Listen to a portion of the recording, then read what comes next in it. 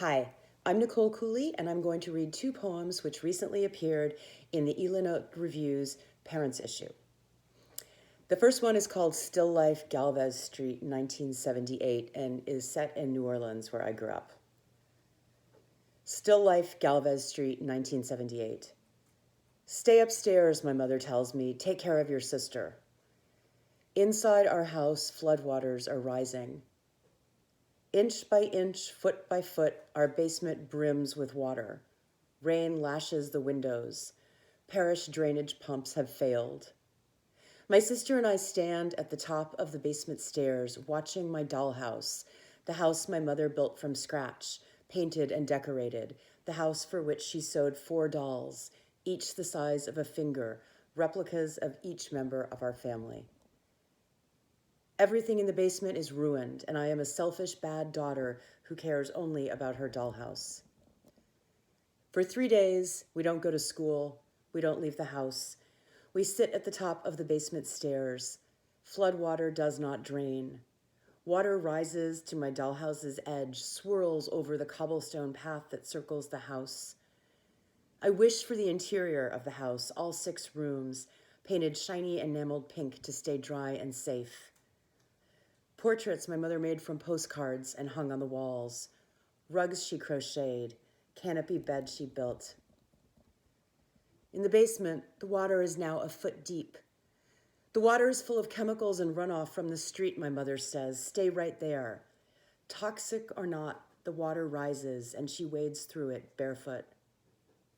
The levees do not break, no flood walls crack, yet nothing in the basement can be saved, except my dollhouse. Proof of my mother's magic. She built me my own house that can't ever be destroyed. And the second poem is called Elegy, Napoleon House, New Orleans. And a year now past her death, and I am better. For instance, I am not eating her foods, not pouring ranch dressing on cottage cheese, both of which I hate, and shoveling it in my mouth. And I'm not starving myself to echo her body. Also, I'm not lying on the floor, curled like a shrimp, only to rouse myself when my girls get home from school to stop my crying. Yet grief does not sharpen over time, nor does it, as I once believed, loosen. It is just a weight. My limbs feel so heavy. My shoulders burn. My wrists ache deeply. Next to me, the 2 men at the table are talking about grief. Grief is not something you get through, one says. Like me, they're middle-aged. One just lost his father. The thing about immediate grief, the man begins, but he doesn't finish. The second man quotes Saul Bellow, losing a parent is like driving through a plate glass window. Eavesdropping, I immediately Google. Can't find it anywhere. Are you sleeping? One man asks the other, and I'm thinking how after she died, the carpet in my mother's room was so full of smoke it spread like a stain. I am thinking how my childhood is now over.